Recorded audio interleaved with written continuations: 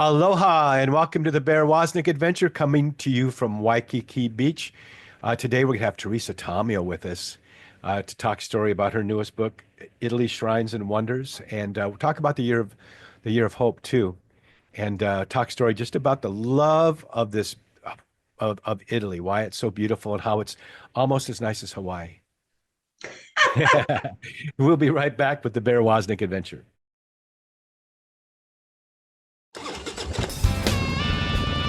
Welcome to the Bear Woznick Adventure. Kickstart that engine and roll thunder with the pack. Explore the grittiness of manly spirituality. Gain traction in the virtues. Soup up your spiritual engine by turning adversity into adventure. Now here's Bear Woznick. Let's ride.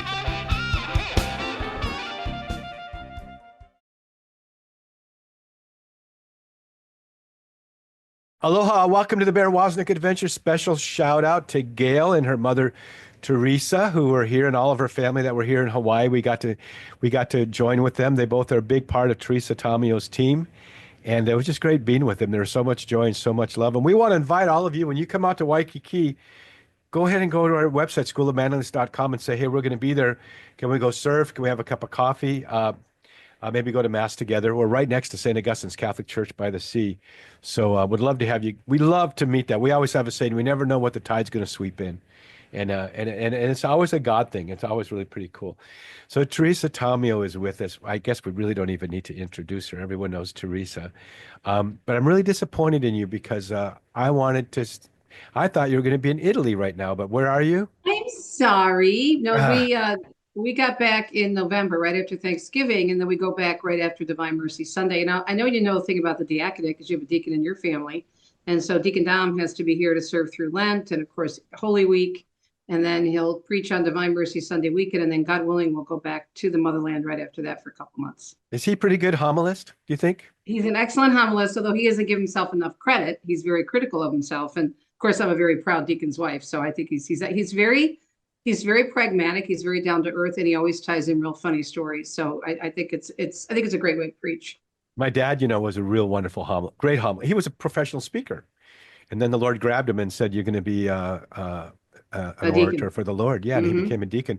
But it was so interesting, Teresa, because as he aged into his 90s, his homilies became more joke telling. I mean, he no longer served up on the altar, but my one of my nieces got married, and he officiated at the wedding, and he mainly told jokes. Has a pretty good sense of humor. And when he passed away, I was there with him, and I was with my nephew, and we were reading his homilies, just he and I. Mm. And then I could feel my dad's breath change, and I knew it was just moments away. And I put my hand on his heart, felt his last uh, heartbeat, and I was just so filled with joy. But when we talked about it Hmm. later, we realized we were reading my dad's homilies out loud, and he probably died of boredom. That's my dad's sense of humor. So, but yeah, we loved. Aw. Yeah. So really, what is it like? Because I know my mom, the formation process and the life of being married to a deacon is so beautiful and challenging and giving so much giving. It's both people really that give so much in that ministry. Yeah, it's a beautiful ministry, and Deacon Dom and I do a lot of ministry to deacon couples. As a matter of fact, in April, we're going to the Chicago area and giving an entire retreat for diaconate couples in the Archdiocese of Chicago. So we're really excited about. Actually, no, it's down in. We're flying into Chicago. We're going to be speaking down in Indiana, but nonetheless, there'll be quite a few deacon couples there. So that's really cool to really to help deacon couples remain strong and put their God in their marriage first. Because sometimes, some deacons have a hard time saying no, and then the whole family can struggle with that if you don't sit down and plan out your activities for the following week. So it's a beautiful ministry. It's one that has to be done together. The academic candidate, as you know, cannot go forward in formation unless the wife signs off every single year. So it's a very important role. I love it, and I'm so proud of him because I've been on the air since dirt. I've been on the air professionally for 43 Yes, years. yes, And so, yes. everybody knows me here in my hometown of Detroit because I've been on the air for so long. And of course, now with the gift of being on EWTN for so many years. But it's nice to see my husband getting a lot of attention as a deacon and people Mm, recognizing him, on the street and saying, "Hey, Deacon Don, what's going on?" I love that because I'm so proud of him. how beautiful. Well, my dad's favorite song for my mom was Wind Beneath My Wings. I love that song. Yeah. Aw. After he was ordained, that we played that song at the reception, and my Hmm. mother's and father's uh, land was on the lake north. They had a home on the north shore on a lake in Minnesota Hmm. back in the day, and it was called Eagle's Rest. You had to follow the flight of eagles through these meandering little roads, not even roads, to get to their house. And I remember, I guess I'm talking about my mom's death now too, but I remember this love that they had for each other and how she was always the Hmm. wind beneath his wings. And on the moment she died, I was with her too, and I had brought all these plumeria and tuberose leis and laid them across her bed. And she was in Minnesota. They had left Hawaii and moved back to Minnesota, and in a hospital. And I was with her, and then I opened up the curtains because it was just about going to be the first hint of sunlight, and everybody gathered in around my mom. And then this bald eagle, because they had bald eagles on Mm. their land, and the land was Eagle's Rest, Wow. came and flew right next to her window. It was like shocking. Did a figure eight and flew away. And as soon as he flew away, there was that sense of her breath changing. And within a few minutes, she had passed away. And she had been in a coma for several weeks. And Mm.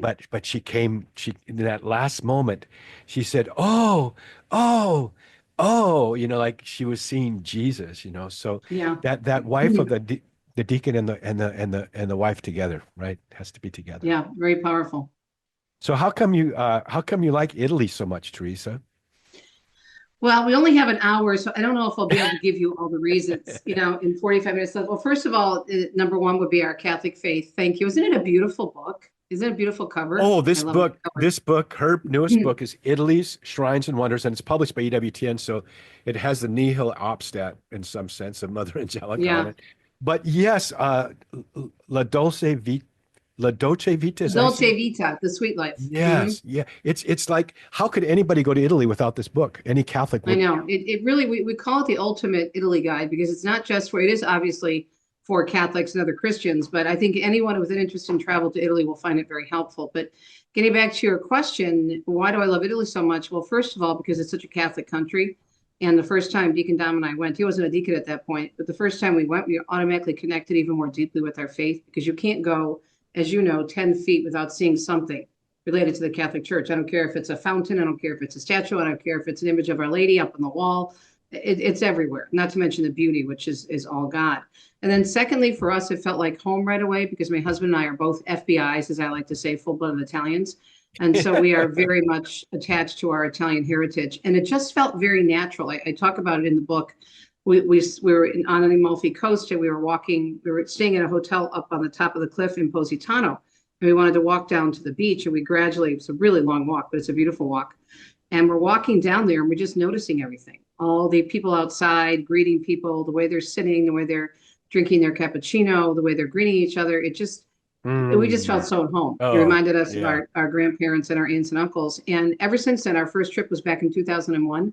And we've been going consistently every year to the point where I've been there now over 60 times. And you don't just go and leave. You stay sometimes for quite a No, while. we stay. And now we took the plunge 2 years ago and bought a small place in Umbria. We're about a half hour southwest of Assisi.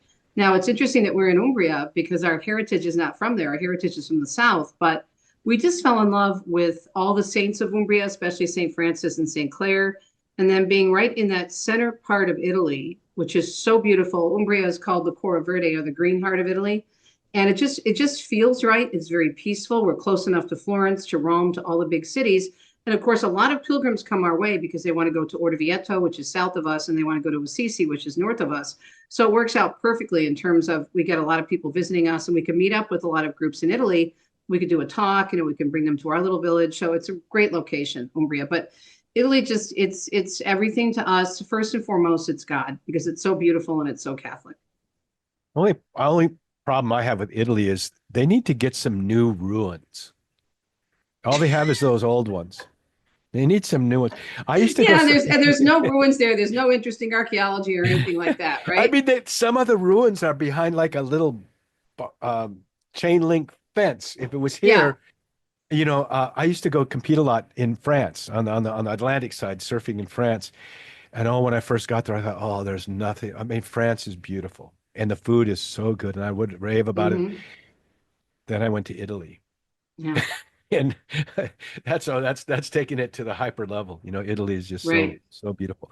We're talking with Teresa Tomeo in her new book, Italy's Shrines and Wonders. And is your picture in here, Teresa? Oh yeah, there's all kinds of pictures of me and So Dom is in that here. Yeah, so are you one of the wonders then? not quite, not quite. I think we're a And wonder in God's eyes, but the wonders are the beautiful shrines and the natural beauty, and it's yeah, I mean, it's really like a coffee table book almost. That's what people are telling me yes, because it's yes, so yes. pretty to look You at. want to, Yeah. even if this is a book you need to bring with you, but you want to read this, just to read through in the wonders of Italy, because I get lost reading books and trying to find things. And then this is Italy though with a real Catholic perspective. We're talking with Teresa Tomeo. This is the Bear Woznick Adventure. We'll be right back. Schoolofmanliness.com is a place for men of grit and grace to join together to inspire, to encourage, and to challenge each other to grow in manly virtue. Members receive morning man meditations, a monthly curriculum that is rich with audio, video, and written content, and a trail guide to help you map out your new trajectory. Many of our members lead their sons through this same curriculum. Your membership gives you access to both the Man Cave, which is our non-Facebook type community, and the School of Manliness at schoolofmanliness.com. Become a member at schoolofmanliness.com. Deep Adventure Ministries is grateful to Notre Dame Federal Credit Union for underwriting the Bear Woznick Adventure on EWTN. Notre Dame Federal Credit Union provides car loans, mortgages, SBA loans, and depository accounts nationwide, as well as 24-hour support. Go to deepadventure.com to find their link, or go to NotreDameFCU.com. Mahalo to Notre Dame Federal Credit Union for making the Bear Woznick Adventure possible. My newest book, 12 Rules for Manliness, Where Have All the Cowboys Gone?, has hit the top 5 in Christian books for a good reason. It's because men are searching for traction and a trail guide to live out the unique calling and the gifts that they were born with, that each man individually is factory loaded with by God. Paul said, "Be watchful, stand firm in the faith, act like men, do all things in love." Finally, here is a book that talks with men the way men talk with each other. Just plain old straight shoot. By the way, Mama Bears, this is your chance to get this message to your men. Go to schoolofmanliness.com or anywhere books are sold. 12 Rules for Manliness. Where have all the cowboys gone? Here is a YouTube video short, which is based on an excerpt from my newest book, 12 Rules for Manliness. Where have all the cowboys gone? Ponder and choose. As you're seeking God's will for your life, jot down your thoughts in a journal and ponder them. Which one of those will cause you to grow in order to become that goal? Saddle up and try to ride through them the same way that a cowboy rides through a herd on his cutting horse and separates the good cattle out from the rest of the herd. Choose the ones that you want and begin to turn them into concrete goals with a course of action, always being sure that they align with each other, like arrows that all aim at the same target. And by the way, no need to waste your time pursuing the trivial. Don't waste your life away. Set your course and set it now and start now.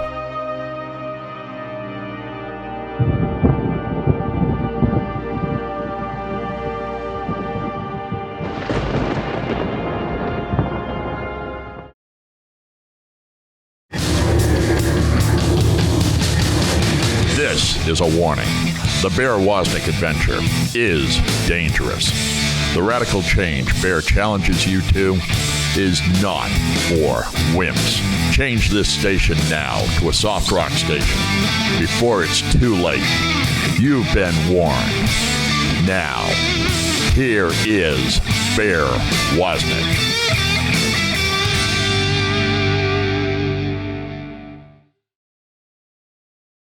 Aloha, this is the Bear Woznick Adventure. I want to invite everybody to come to the Man Cave Meetup in Melbourne Beach the weekend of April 11th through the 13th. We are going to be right there on the beach. We have cigar night, Friday night, Saturday night with the men. And there's talks, there's teachings, there's times for prayer and mass. We do the liturgy of the hour in the morning. But there's also just a lot of what we say in Hawaii, talk story, the men just talking with each other and going deep with each other. And we invite the men, if you have a son that's confirmation age or older, bring the sons. They really add a lot to our experience, and they get a lot by being with other men other than you that they can see as an example. Oh, my dad's not the only one who's crazy about Jesus. So invite you to come, go to schoolofmanliness.com and you can sign up. We're talking with Teresa Tomeo and her love for Italy. The very cover of this book, Italy's Shrines and Wonders, Discovering Sacred Spaces, Fascinating Places, and Destinations Off the Beaten Path. What is this a picture of? Where is this? Isn't that amazing? That is an incredible shrine, which is not too far from Verona. So it's in northern Italy near Verona and Lake Garda. It's called Madonna della Corona. And this shrine slash church, Bear, is literally built into the side of a mountain. So when you walk in the church, literally you're looking at the rocks of the mountain. It's just phenomenal. And it's built, it's above this huge cavern in this big valley. And you just look over the countryside and it's incredibly gorgeous. Then you also have these giant stations of the cross. If you're looking at that image, if you were to walk down in front of that church, there's a whole path that lines the mountain and it actually takes you through the Stations of the Cross. But that's Madonna della Corona, and that is in the Lake Garda area in northern Italy, not too far from Verona. So if someone was coming to Italy, maybe they're coming for the Year of Hope for or other reasons. Give them a little bit of where you would have them start, and let's say they're kind of come for 2 weeks. Okay, that's a good amount of time. I would say no less than 2 weeks because you have those 2 days of travel, which are exhausting no matter how you slice it. It's not, if you've never flown overseas, it can be a taxing trip. So you want to make sure you have time on the first day you arrive just to chill. So I would say start, it depends on what you want to see, but if you want to see some of the biggies, you want to start in Rome. And so, of course, Rome, you have the Sistine Chapel, Vatican Museum, St. Peter's, and you have the 4 other major basilicas. You have St. Mary Major, St. John Lateran, St. Paul outside, the walls. So those are your 4 major basilicas. And within those 4 major basilicas, you're going to do a good tour, hopefully, with Catholic guide. You're going to see all the art and all the relics of the saints that are there. And then walking through those doors, the holy doors, is part of the Jubilee experience. And then you have ancient Rome. So you want the Colosseum, you want the Forum, you want the catacombs. And if you're lucky enough to score a Scavi tour under St. Peter's, that's where you can see the bones of St. Peter's. That's awesome. And so those are just some of the major things. And of course, you have the Borghese Gardens, you have other churches, you have Piazza Navona, you have Piazza del Campo. So Piazza, actually, not Piazza del Campo is Siena. You have Campo dei Fiori, which is a great piazza to hang with the young people, really fun. But I would recommend doing the main piazzas, a Trevi Fountain. You can do that on your own. But if you're going to see those major sites, as I mentioned, the churches in ancient Rome, you need a guide, and you need a good guide. You want to make sure it's a good Catholic guide as well, and I talk about that in the book. So that's just a little bit of Rome, and that will take you about 4 or 5 days to do what I just recommended. And then let's say you want to go only 4 or 5 days? Yes, you could do 1 tour a day. You could do Vatican Museums one day and St. Peter's one day. Then do the other major basilicas the next day. You could do ancient Rome and the catacombs, and then you could do, the other sites in Rome. Let's say you're walking around and you're going by the Colosseum, right? And well, the Colosseum would be included in a tour for ancient Rome. That shows you how it works. If you're seeing the Forum, which is right next to the Colosseum, you're going to see that whole area. Together. So that would be considered 1 tour. I'm just giving people the basics. I mean, in my book, I break it down in terms of the must-sees and must-dos. Each section has must-sees and must-do, insider tips, top churches, what to expect, where to go off the beaten path in the region. So, for example, Lazio is a region of Rome. And then you could go outside of Lazio if you want to get a little break. Let's say you're going on your way up to Orvieto or Assisi in Umbria. You could go to Viterbo, which is the famous city of the popes, where the conclave actually started. And it's a city of St. Rose. Then you could also go to, you could go to Greccio, which is the place where St. Francis started the first creche. And you could do this on your way up to Umbria. And then once you get to Umbria, you could stop and see, of course, Eucharistic miracle in Orvieto. And I would recommend once you move out of Rome to stay a couple of nights in Umbria because there's so much to see. You have Orvieto, you have Assisi, but then you also have other places such as Gubbio or Perugia, where we have Mary's Ring in San Lorenzo's Yeah. church, and then you have Yeah, I St. never Clare knew of that. I never knew Montefeltro. that existed until I Yeah. read your book. Mhm. Wow, it's That's in San Lorenzo's church. It's only brought out a couple times a year, but they have a chapel where you can see a relic, like an imitation of the relic. So Umbria, I think, is an unsung hero of Italy. They call it the Green Heart, as I mentioned, the Cora Verde, but there are over 35 saints in Umbria alone. So you could stay in Umbria for a month and never visit all the saints. I mean, as I said, you've got St. Clare and St. Francis. Now you have Carlo Acutis, right? Also in Assisi.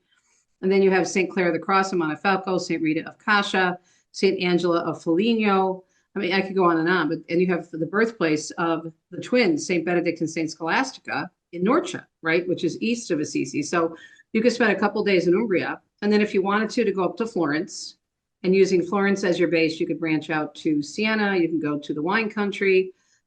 There's just endless opportunities, but Florence will be a good base because then you're not too far from those other major cities. You can go to Volterra, you can go to San Gimignano, Montepulciano, Siena, which is great, gorgeous because of St. Catherine. So that would kind of cover, believe it or not, 2 weeks if you give yourself enough time in each area. you almost covered 2 weeks just mentioning them. Took you Yeah, that long. Hey, but yeah, Teresa, it's too bad there's no food there to eat. I mean, you don't mention yeah. that. The food's horrible. What are you gonna do? Can't have everything. Oh my goodness, the food, mamma mia, what can I say? Well, what's interesting is that Deacon Dom and I both grew up in very strong Italian homes. And so when we first went to Italy, we didn't think there'd be much difference because we never had sauce outside from a jar that you'd get excommunicated from the family if you bought a Prego, spaghetti sauce. Nothing against the Prego food company, but if you bought anything from a jar and called it spaghetti sauce, you would be like kicked out of the family.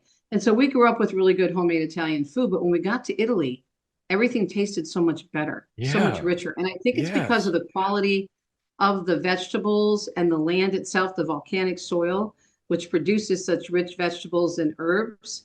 And they don't have, like you're seeing a lot now on the news, right, with new Health and Human Services Secretary about trying to eliminate all of these fake things that we have in our food, all these dyes and all these processed foods. Italy is very strict with the laws. We have people, Bear, that join us on our pilgrimages that are gluten free, and yet they try the pasta in Italy and they have no Yes. problem. See? No problem. So Yeah, the absolutely. food is a whole nother level of exquisiteness. It's fabulous. And it's very healthy. I mean, the only way if you sit down and eat 3 bowls of pasta and 4 pizzas, yeah, it's going to be fattening, but they don't feed you giant portions in Italy. That's a big misnomer. They give you very reasonable, portions, and then they'll only give you more if you want it. You can ask for it, right? Especially if you have a family style dinner. But the portions are very reasonable and the food is so healthy and you walk everywhere. So people have this idea that, oh, I'm going to go and I'm going to gain 100 pounds. Not if you're eating correctly And in then the Italian style. you're walking. Anthony Yeah. DeStefano once took me out to eat in New Jersey, Staten Island. Hmm. I felt I was being waterboarded. I mean, I was being forced. I mean, because it would serve it family style. And Right. this was the first time I'd really, really had Italian food. I mean, like, of course, it's New Jersey, but I mean, it was the first time I had experienced it. And I realized if I keep eating, they're going to keep bringing stuff. I was trying to Right. be finally I realized, but I could go and eat those 4 bowls of pasta and the 4 pizzas. The food there is so good. But no, it It really is. is. It's so beautiful, and all the little outside restaurants and cafes. And Hmm. what is your take on Italian coffee? What do they call it? The espresso? What do you drink Well, there? I love Italian coffee, and I can't, and compared to American coffee, even the strongest coffee you get at one of those fancy coffee shops isn't strong enough for me. I'll get the strongest coffee with 2 shots of espresso in it. I can't not stand weak coffee. Yeah. I mean, I always liked strong coffee growing up in an Italian family, but then we went over to Italy and we would go out to eat and have real coffee. And I love the coffee in the Italian hotels because it's so thick you can cut it with a knife. I love that. Yeah, I mean, but I want to have my 4 cups of coffee of real full-size coffees. I would be going hysterical if I did that there, But I Well, you always could you could I take, let's order say, a two. regular Italian coffee and you maybe get 2 shots of espresso and then put some hot water in it, and that would be Yeah, like a regular yeah. cup of coffee. It's Yeah. it's that's my morning rhythm is to have Yeah. coffee and read, and I want to have enough Mhm. coffee to get me through a real boring book like this by Teresa Tomeo. The book is called, would you want to tell us the name of the book, Teresa? Italy's Shrines and Wonders, discovering sacred places and fascinating destinations off the beaten path. You know, when I've been to Italy, I'll be walking by something and go, wonder what that is, and I don't know. You know, but I can look at it, I can find it in this book. Mhm. And there's so Yes, many there's an places, index in the back and you that can gives just, you every detail. We have maps. It's broken up into regions. And if you notice on the side of the book with the coding, with the color coding, yes. the color of the Italian flag. Is that what that is? Yeah. Yes, and I know so many times I know that's an important place. I don't know what that is because I don't read Italian too good, or or some of it's written in Latin. But yeah, so this book is a must. If you get this book, you can just enjoy and really learn about Italy. But it's going to make you want to go, and you're going to want to bring this book with you. We're talking with Teresa Tomeo.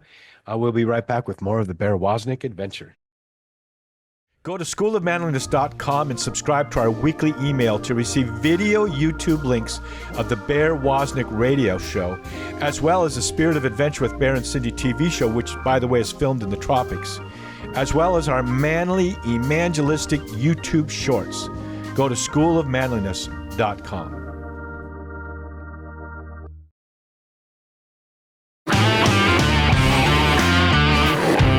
Be the kind of man that when he gets out of bed in the morning, the devil says, "Oh no, he's up."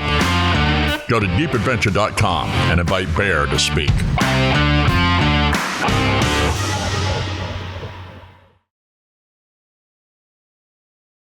Aloha and welcome to the Bear Woznick Adventure. We call it that because we're all on an adventure. I'm just inviting you to kind of be part of my adventure. And one of the parts of my adventure is that I get to talk to people who would normally not talk to me, because I have a radio show. So I get to talk to the most coolest people. Teresa Tomeo is our guest today.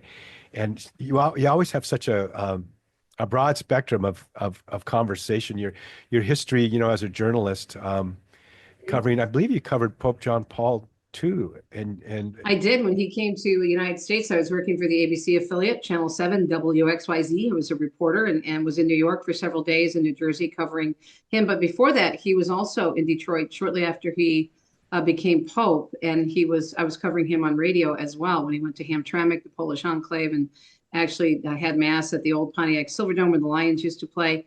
So I've had quite the experience. And then as a Catholic journalist, I've had the opportunity to cover canonizations and different events and even speak at some Vatican conferences. So you talk about an adventure, Bear. It's been a crazy adventure the Lord's taken me on since I left the secular media 25 years ago now. well, I see that Joan from Rome endorsed your book. Yes. Don't you love her? Isn't And she something? And she, by the way, talk about every chapter. People should know this. We were talking about the food area earlier, and I forgot to mention that after every section, we have a recipe. And Joan's recipe for limoncello, which is fabulous, is in the first section on Lazio. I've traveled the world mostly surfing, right? So I've seen a heck of a lot of beaches, but I could spend a lifetime in Italy. I mean, just, one town, just the wonder of each town. But I want to ask you this about your experiences, some that will come to your mind where the sacred moments where you were overwhelmed with the experience of. I think for me, I get a lot out of the saints, and I had some very powerful experiences, especially with Saint Catherine of Siena. And she is my second favorite saint next to Saint Teresa of Avila. Of course, both of them are doctors of the church. And I was covering actually the beatification of John Paul II. I'll try to wrap this story up quickly because I know we're limited on time. No, don't. But I was trying to like the long version. Okay. I was trying to get to her tomb. It was her feast day. It was April 29th. And I was in the midst of, I was doing my radio show. I was leading a pilgrimage. I was doing interviews with EWTN. And then I was also interviewing with the secular media because they were covering his beatification as well. And because he has a connection to the Detroit Polish community, we had Detroit media there. And so the NBC affiliate wanted to interview me. And all day long, I was trying to get to Catherine's tomb. Now, Catherine's tomb in Rome is in Santa Maria sopra Minerva, which is a beautiful Dominican church right behind the Pantheon. And we were over by the Vatican at the EWTN offices. And so it's quite a ways. And getting a cab at that time was crazy because it was so busy because of John Paul II. But all day I was trying to get to her church and I just could not get there. And I was so frustrated. Finally, 4 o'clock was rolling around. I had to meet the crew in St. Peter's Square at 4:30 for the Channel 4 interview. And so I get to St. Peter's Square, and the reporter says, we're going to move the location of the interview because we've done most of our interviews in St. Peter's. And I said, okay, fine, whatever.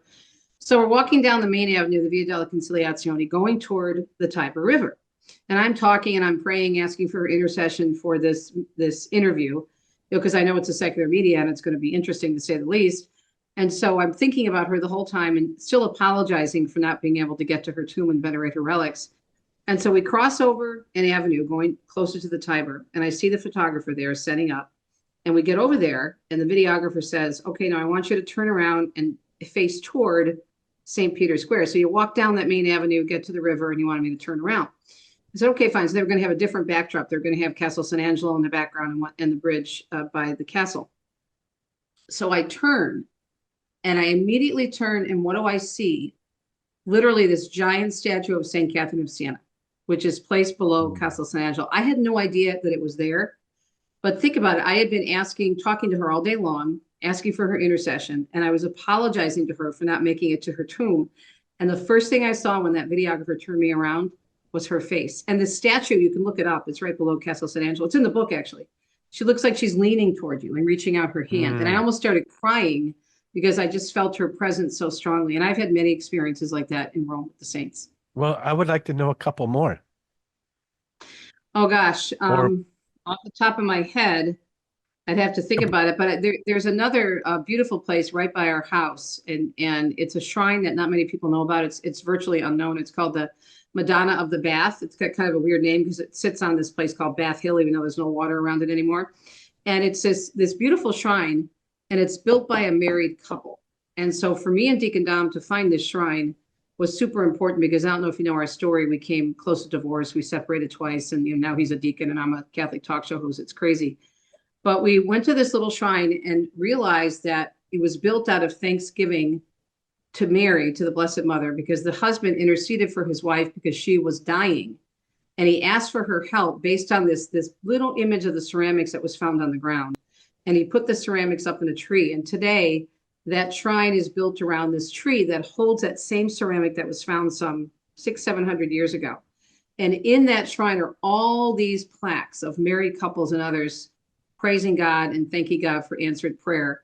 And we really feel that our marriage definitely was saved by God. And so that shrine is very powerful. And it's literally 15 minutes from our house in Umbria. It's crazy. It's interesting because you live, especially when you're in Italy, or in those areas, you live a life in the communion of the saints.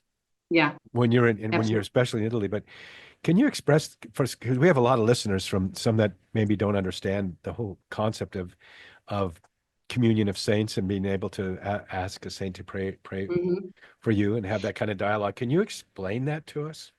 Sure. I mean, it's beautiful Catholic doctrine and teaching. And we ask the saints for the intercession. There's no worship of the saints. There's no worship of Mary. All worship is for God.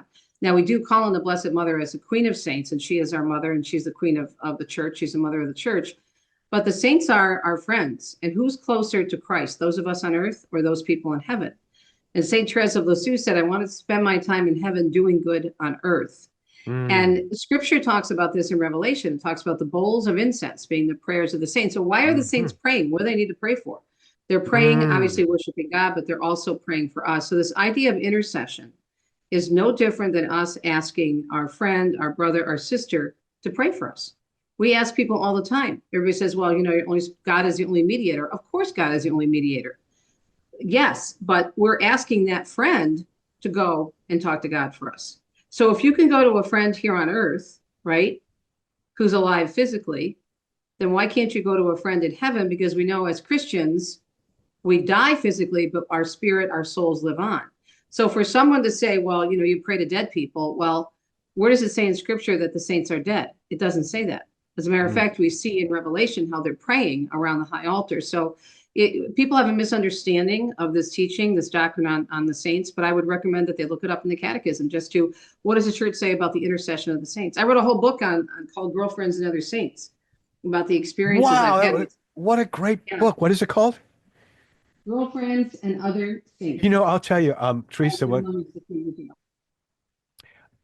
I first was returning to the Catholic Church, I used to sit down on the beach with my iPad and I'd be having a cigar and reading St. Augustine or Aquinas, and I Oh, I would just, love St. Augustine. Yeah. and someone would call me or text me, "What are you doing?" "Oh, I'm hanging out with some friends." They really Yeah. become like that. I was talking with someone the other day. So the whole concept is latria is worship, Hmm. and that's Hmm. only God.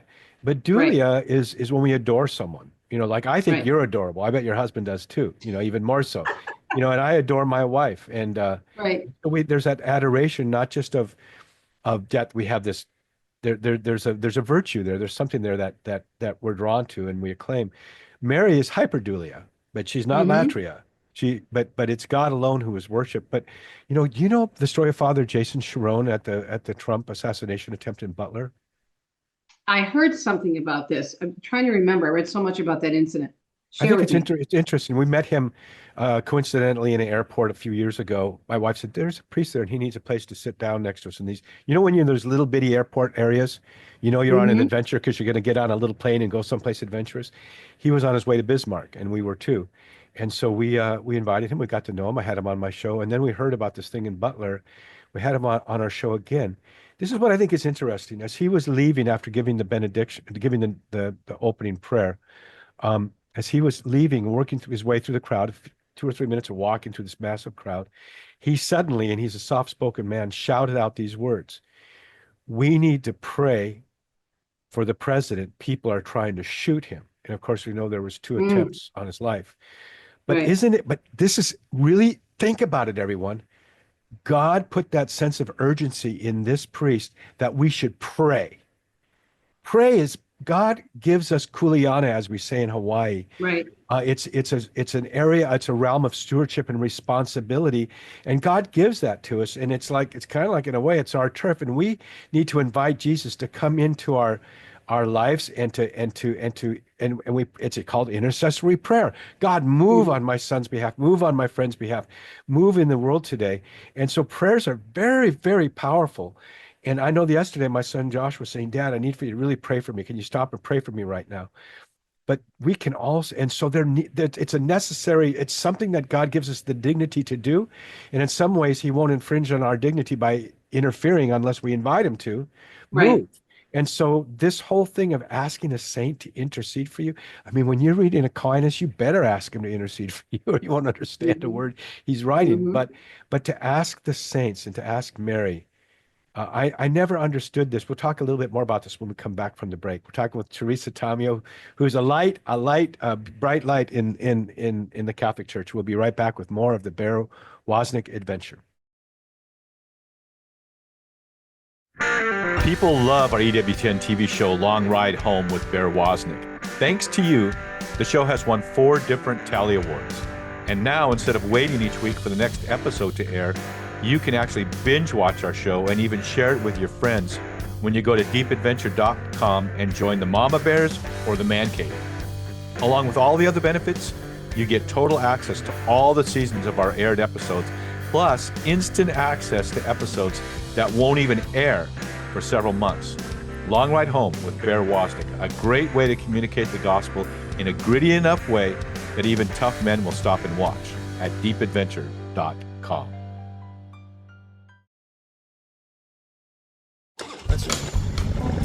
Deep Adventure Ministries is grateful to Notre Dame Federal Credit Union for underwriting the Bear Woznick adventure on EWTN. Notre Dame Federal Credit Union provides car loans, mortgages, SBA loans, and depository accounts nationwide, as well as 24-hour support. Go to deepadventure.com to find their link, or go to NotreDameFCU.com. Mahalo to Notre Dame Federal Credit Union for making the Bear Woznick adventure possible. Announcing Spirit Adventure TV with Bear and Cindy. So many people, especially you mama bears, tell us we want more of Bear and Cindy together. Well, we're happy to announce our website, spiritofadventuretv.com, as well as our YouTube channel, Bear Woznick Spirit of Adventure, where you can watch Spirit of Adventure TV with Bear and Cindy. Join us where we live in the Hawaiian Islands or where we sail our boat, the Spirit of Adventure, in the Caribbean. Experience both adventure and serenity with us. as we share our life together, as well as the joy and the wisdom of our faith. Go to spiritofadventuretv.com to find out more and subscribe on YouTube to Bear Woznick Spirit of Adventure. And join us, Spirit of Adventure, with Bear and Cindy.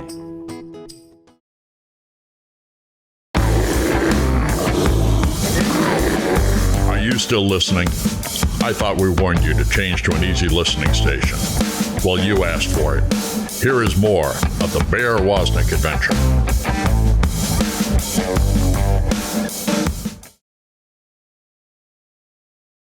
Aloha, welcome back to the Bear Woznick Adventure. I want to say a special word to the mama bears out there. It's really up to you to go to schoolofmanliness.com or the EWN catalog or Amazon, anywhere that you can find books, and get my latest book, 12 Rules for Manliness, Where Have All the Cowboys Gone? And get this book into your husband's hands. You know, I think about it the way, it's like the way two men would sit and talk. It's real grit and grace. And I think about Peter and Jesus. Both those men had very calloused hands. They worked. Jesus was a builder, and Peter was a fisherman. They sat and talked as men, and this book does that. So if you get this in your one of the men in your lives hands, or several of them, and just say, look, I know you don't like to read the first 3 pages and then don't read it if you want to. And I've never heard of someone men who don't like to read will read this book in one weekend and then start over again on Monday. So I think it's a book for our time, and I encourage you, mama bears, it's your kuleana to get this book into your men's hands. We're talking with Teresa Tomeo, who I always just love to be with you, and to your vivaciousness and your love for the Lord. So we're going to circle back to where we were earlier. We were talking about what would you do if you had 2 weeks. So we had our time at the Vatican, and then you began to talk about other places people could go in Italy. I've never been to Venice. Oh, Venice is beautiful. Yeah, I just took friends there in October. I would highly recommend, though, if you go to Venice, to go in the off season, because unfortunately, Bear, the social influencers have ruined a lot of places. And if you want to go in high season, you're not going to get near it. You're not going to get near St. Mark's Square. You're going to wait 3 hours for a gondola ride. So I always tell people to go to Italy in late fall. I think that's the best time. That's right. When we were there, it's always going to be busy in Venice because it's so attractive and it's so unique. But go in the off season. It's the best advice I can give. Do not go near Italy in June, especially in August, because it's holiday for all of Europe and it'll be so hot. And especially if you have children. I know some people say, well, and I have an Italy consultation business where I walk people through and I put together an itinerary for them and give them advice and give them a document with all kinds of great information.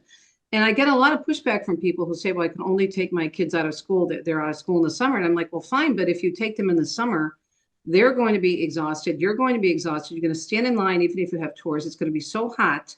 You're not going to enjoy it. You're not going to be able to get into restaurants. And I'm being perfectly honest. True. I've been there so many times. So go in the off season, especially places like Venice. Venice is incredibly unique, in St. Mark's Square, of course, with St. Mark's, that beautiful cathedral named after the great saint. And then you have the off islands such as Torcello, which has many churches. You have Burano, which is the lace making island, and all kinds of beautiful shops. And the colors, they look fake. The town looks fake because all the houses are like orange, pink, yellow, purple. It's just so pretty with the water and the little boats. And then you have Murano, which is the glass making island, where you can take a boat and go far away from St. Mark's along the Adriatic and watch them make the glass right in the shops there. So it's really unique. And if you want to see mosaics, you can go about an hour south to the town of Ravenna, which has the most fabulous mosaics in all the world, a lot of Byzantine artwork there. So you need a couple of days in Venice just to really just soak up that atmosphere and walk around and appreciate life along the water. We're talking about Teresa Tomeo's book, Italy's Shrines and Wonders, and I've told her that she's one of the wonders of Italy because she spends so much time there now. And I was asking you about and the Amalfi Coast. You said gets kind of busy down there now too. Yes, and unfortunately, and again, I'm being honest, the social influencers have stolen the peace and the beauty of the Amalfi Coast. However, again, if you can go there closer to the end of the season, like in October, we took a group there last year and it was great. We were there in late October. Everything was still open and it wasn't super crowded. It was busy, but it wasn't cuckoo for Cocoa Puffs crazy. And everyone had a great time and the weather was comfortable. It wasn't hot. It wasn't beach weather. but it was very nice. You walk around with a light sweater or maybe a jacket at night, and went up to Ravello, which is a beautiful place in the mountains. You can oversee the entire Amalfi Coast. I just can't stress enough to go in the off season, or at least close to the off season. But the Amalfi Coast starts right after Sorrento and runs all the way down to technically to Salerno, but usually ends more commonly in Vietri sul Mare, which is a great place. Well, by the way, if you're looking for ceramics in southern Italy, don't buy it in Amalfi or Positano or one of the touristy places. Go down to Vietri sul Mare, Vietri by the sea. You can walk into the factories. You can get huge discounts there. Do you say that in your book? Yes, yes. All Okay. these tips, and I'm telling you, everything's in the book. The book's almost 400 pages long, so it's quite detailed. But I love the Amalfi Coast. My favorite town on the Amalfi Coast is a little town called Priano, and it's just south of Positano. And the reason a lot of people don't stop there is that the famous Amalfi Drive cuts right through it. And so the town is split. You've got the Upper Priano and Lower Priano, but it has none of the commercialism of the Amalfi Coast and all the charm and beauty. Well, I'll ask you, this is one of my it's not a goal yet, but it's getting there. You know, we have this beautiful Beneteau, this 48-foot sailing boat. We call her Mhm. Spirit Adventure. My wife named her in the Virgin Islands. And I would really love to take that I would really love to sail her to the Mediterranean and and and and anchor. Is there anchorages that where I could anchor here and there along do you see that sort of thing along the Yes, coast? you do. You see boats that are anchored along the coast, especially along the Sorrento area, even the Amalfi area. You see a lot of that because the Amalfi town of Amalfi was actually a huge seaport in its day, and so it's Mm, many boats that still park there. You see yachts there all the time, sailboats. So yes, then you can also go on the other side of the Adriatic, which is kind of a hidden coastal area that a lot mm, of Americans still aren't visiting. Most Catholics, when they go to the other side on the Adriatic, they go to San Giovanni Rotondo for Padre Pio and uh-huh. Gargano for St. Michael, which is gorgeous. But they make the mistake of not going further south along the Adriatic coast because you have Otranto and Ostuni, you have Lecce, the Florence of the South, you have Polano di Mare, you have Bari, which has St. Nicholas, and you have this beautiful coastline along Puglia, which is the heel of Italy, which is drop dead Mm. gorgeous and much less crowded than the other side. And so but if I were to see my dream, my dream would be to spend if I because I'm a surfer, I'm a waterman, I'm always by the ocean. But Italy has that draw to me. And but to if I Well, could yeah, both because we're a peninsula, so they if I have all yeah, that water. Yeah. exactly. But if I could put both those together and sail along the coast of Italy and it's less expensive if you sleep on your own boat, Right. that would be really cool. And now what about Sicily?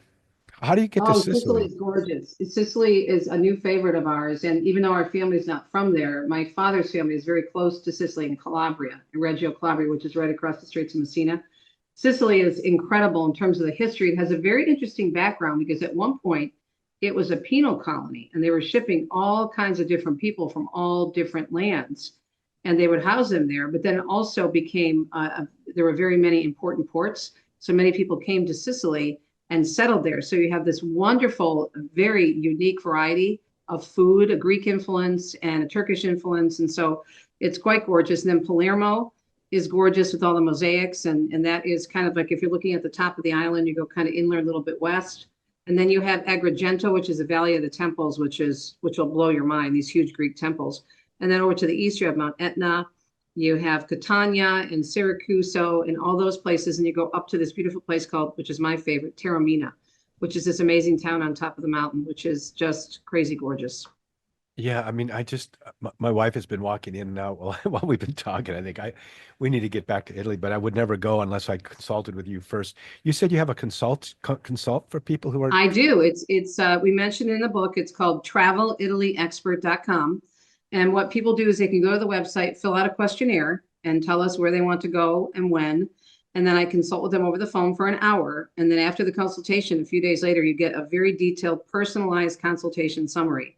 Usually it's anywhere from 20 to 50 pages with all my tips, a scheduled itinerary. I break it down for you, my favorite hotels, tease insider tips, where to go, what to do, restaurants, places to stay, personal guides with whom I've worked, yes, drivers, that's info, so important. The everything. people, the Yeah, individuals. Yes. yeah. Knowledgeable guides And and who are drivers. Catholic, by the way, Right. right? Very important.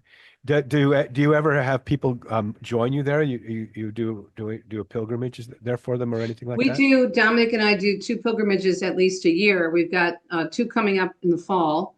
Our couples trip in October is already sold out, but I'm doing a women's trip with my friend Kelly Walquist from Women in the New Oh, Evangelization. We still yeah, I have love room in her. that Yeah, one, and yeah, that's in yeah. early October. So, Okay, I'm gonna have to think about this. But what if someone ever came over there in their sailboat? Would you meet heck them to? yeah, if you take me out in the sailboat, because look, I'm a water baby. It's Yeah? really interesting that we live inland because I grew up, I was born on the East Coast, right? My father was a sailor, merchant marines. No We moved to kidding. Michigan, and so I've lived by water all my life. And Mm, I thought for sure when we decided to get a home in Italy, they would go by the water. The problem is though, is reality hits because when you're on the coast in Italy, unless, as I say in the book, unless you want to have a broom closet for a right, house, right. forget But about it. It's but just ridiculously you know, expensive. I'm so much a waterman that I want to spend more time inland. If Yeah, I'm close to the ocean, I'm thinking about the ocean. yeah. You know, like, oh, there's a wave, or I could sail, or whatever. So if I need to like turn my back on the ocean sometimes and so Tuscany would be a place I've been up to Florence, but I've never been inland. So that would be, but I can't. You So if gotta I try Umbria though. Tuscany is beautiful, but but Tuscany has too much Umbria, but Mediterranean going on. you're in Umbria Umbria. is, I think it's even prettier. The one thing though, being a water person, I noticed this, and I said this to Deacon Dom, and we have a balcony on the back of our place, and we're in the countryside, and so we're on farmland. We have farmers that are behind us, and when the wheat grows and the wind blows, Yes, yes, looks like yes. waves. It does. I was a child. I was born in North Dakota, and my family would go back there on vacation. I go, I know what they mean by amber waves of grain because Yeah. it looks like waves. We're talking with Teresa Tomeo, and she's very, very busy, very grateful for you to be with us. My goal is someday to meet up with you and Deacon in Italy and just Let's have do one it. cup of coffee or I know you wouldn't want us One to have cup of dinner. coffee. We will cook for you. My husband is a wonderful sous chef. He's also a really good baker. Do We they will have have you over and I'll cook for you. do they have good wine in Italy? I heard something Yeah, like we're that. trying to find it. That's been really tough. Thank you, Teresa, for Oh joining my us. gosh. But Amazing. we have a Amazing saying one. that when we're done with our talk story here that we say, "May the breath of the Holy Spirit aloha you," because ha means breath. So Mm. but we're just going to say ciao ciao. Ciao, ciao. Arrivederci. Arrivederci, and your book is Italy Shrines and Wonders, alla dolce vita. Teresa There you Tomeo. go. Say hi to your husband for us, and Will we do. will Ciao, see you ciao. in Italy. We'll make it there. Okay. Okay, aloha.